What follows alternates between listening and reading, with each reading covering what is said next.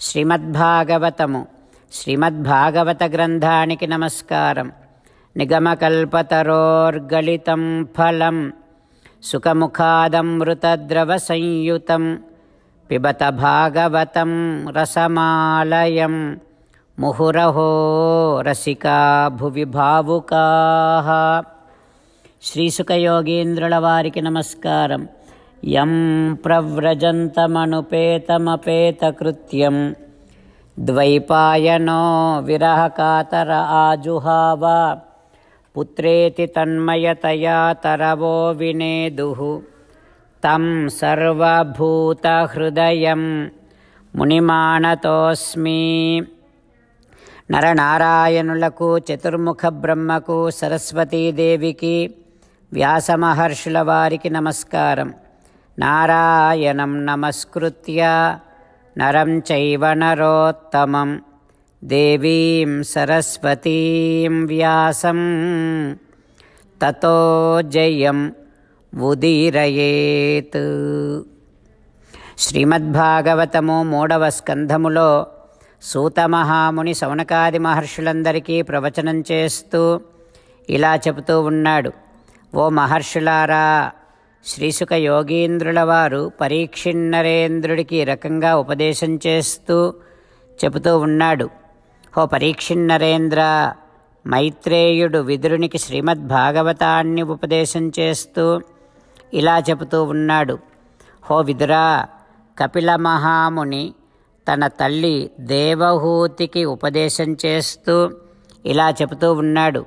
హో జననీ దేవహూతి, ప్రాపంచిక భోగరతుడైనటువంటి వాణిని, అంటే నన్ను పూజించనటువంటి వాణిని చివరి దశలో యమదూతలు వచ్చి తీసుకొని వెడతారు. వాడి యొక్క యాతనా శరీరానికి యమదూతలు వాడి గొంతుకి ఉచ్చు బిగించి తీసుకొని వెడతారు. తీసుకువెళ్ళేటప్పుడు యమదూతలను చూసి వాడు వణికిపోతూ ఉంటాడు.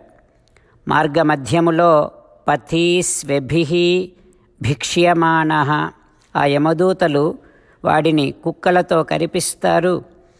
ఇక వాడికి వాడు చేసినటువంటి పాప కర్మలన్నీ జ్ఞాపకం వస్తూ ఉంటాయి. భయంకరంగా ఏడుస్తూ ఉంటాడు. అయితే యమదూతలు వాడిని తీసుకొని వెడుతూ ఉంటే దారిలో 2 వైపులా భయంకరమైనటువంటి మంటలు ఉంటాయి. క్రిందనేమో ఇసుక ఉంటుంది, ఇసుక కాలుతూ ఉంటుంది. ఆ ఇసుకలో నడిపిస్తారు వీడిని. నడవలేక పడిపోతూ ఉంటే కర్రలతో కొడుతూ ఉంటారు. ఇక వాడు ఆకలితో అలమటిస్తూ ఉంటాడు, దాహం వేస్తూ ఉంటుంది. అన్నం పెట్టరు, నీళ్ళివ్వరు, కాసేపు కూడా విశ్రాంతి తీసుకోనివ్వరు. యమసదనానికి వెళ్ళే దారిలో భయంకరమైనటువంటి కష్టాలు, దుఃఖాలను అనుభవిస్తాడు ఆ జీవుడు. ఇక మూర్ఛపడిపోతాడు. అయితే యమదూతలు మళ్ళీ వాడిని గట్టిగా విదిలిస్తూ బలవంతంగా లేపుతూ ఉంటారు. ఆ రకంగా యోజనానాం సహస్రాని నవతిం నవచ అధ్వనః, 99 యోజనాల దూరం ఆ యమసదనం. అంతటి దూరాన్ని 2-3 క్షణాల్లోనే వీడి చేత ప్రయాణింపచేస్తారు ఆ యమదూతలు. ఇక ఆ తర్వాత వెంటనే నరకంలో ఘోరమైనటువంటి శిక్షలను వాడి చేత అనుభవింపచేస్తారు యమదూతలు.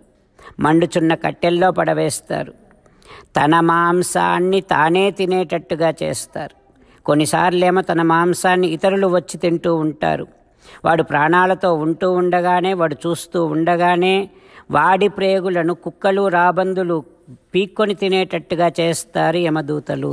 ఈ రకంగా ప్రాపంచిక భోగరతుడైనటువంటి వాడిని, నన్ను సేవించనటువంటి వాడిని నరకములో ఈ రకమైనటువంటి బాధలకు, తీవ్రమైనటువంటి కఠినమైనటువంటి శిక్షలకు యమదూతలు గురి చేస్తూ ఉంటారు అంటూ కపిల మహాముని తన తల్లి దేవహూతికి ఉపదేశం చేస్తూ ఉన్నాడు.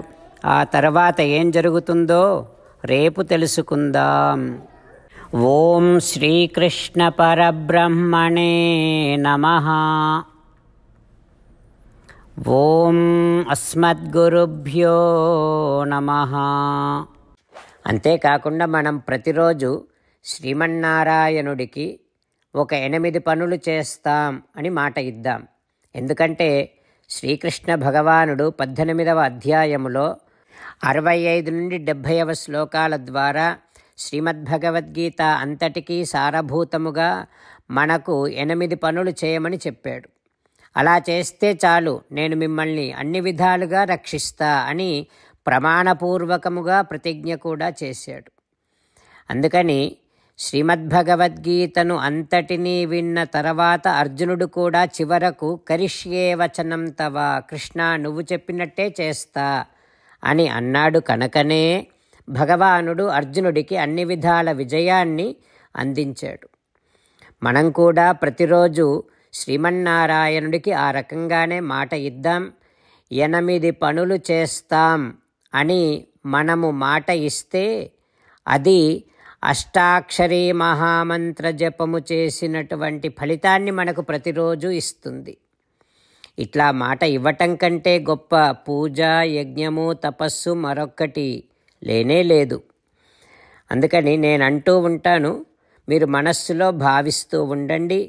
ఈ రకంగా మనము మాట ఇస్తూ ఉంటే శ్రీకృష్ణ భగవానుడి ముఖారవిందములో కలిగేటటువంటి ఆనందాన్ని మనం ప్రతిరోజు దర్శిద్దాం, ఆస్వాదిద్దాం. జై శ్రీమన్నారాయణ.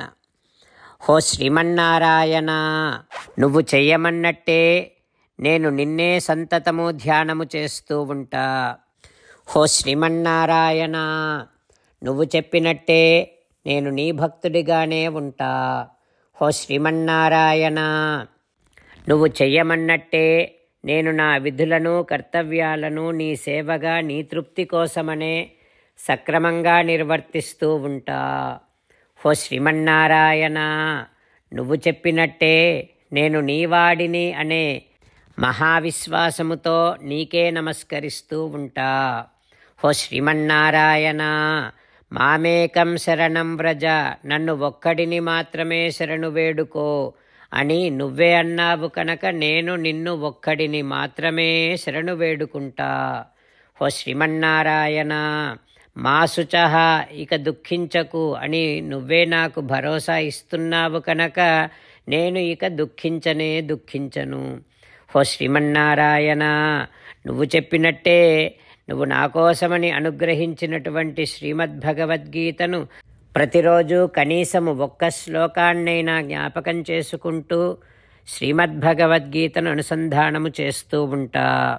హో శ్రీమన్నారాయణ, నువ్వు చెప్పినట్టే నువ్వందరి కోసమని చెప్పినటువంటి శ్రీమద్భగవద్గీతను తెలియని భక్తులందరికీ తెలియచేసే నా వంతు ప్రయత్నాన్ని నేను నిరంతరము కొనసాగిస్తూనే ఉంటా. హో శ్రీమన్నారాయణ, నేను నువ్వు చెప్పినట్టే చేస్తా, నీకు నచ్చినట్టే ప్రవర్తిస్తా, నీకోసమే పని చేస్తూ ఉంటా. కరిష్యే వచనం తవ. జై శ్రీమన్నారాయణ. భక్తులకు ప్రత్యేకమైనటువంటి విజ్ఞాపన. మీకు అన్ని విషయాలలో వెంటనే మంచి ఫలితాలు రావాలి అనంటే ప్రతిరోజు 1 నిమిషం వెచ్చించి నారాయణాస్త్రాన్ని చదవండి. ఇక మీకు తిరిగే ఉండదు. నారాయణాస్త్రాన్ని పొందడానికి మీరేం చేయాలంటే నారాయణాస్త్రం అనే వెబ్సైట్కి వెళ్ళి మీ పేరు, మీ ఈమెయిల్ ఇస్తే మీ ఈమెయిల్కి నారాయణాస్త్రం PDF వస్తుంది. అందులో ఒక రామాయణ శ్లోకం, ఒక గీతా శ్లోకం, ఒక విష్ణునామం ఉంటాయి. ఆ 3ంటిని కలిపి నారాయణాస్త్రం అంటాం. ప్రతి ఒక్కరికి వేరువేరు శ్లోకాలను ఇస్తున్నాం. ఆ రకంగా ఎవరి శ్లోకాన్ని వారు ప్రతిరోజు తప్పనిసరిగా చదవటం వలన ప్రతిరోజు ప్రతి 24,000 భక్తులతో ఒకసారి సంపూర్ణ రామాయణ పారాయణ, 33 సార్లు శ్రీమద్భగవద్గీత పారాయణ, 24 సార్లు శ్రీ విష్ణు సహస్రనామ స్తోత్ర పారాయణ జరుగుతుంది. ప్రతి ఒక్కరికి అంతటి విశేష ఫలితము ప్రతిరోజు లభిస్తుంది. అందుకని మీరు, మీ కుటుంబ సభ్యులు అందరూ ఒక్కొక్కరు ఒక్కొక్క నారాయణాస్త్రాన్ని వెంటనే పొందండి. జై శ్రీమన్నారాయణ.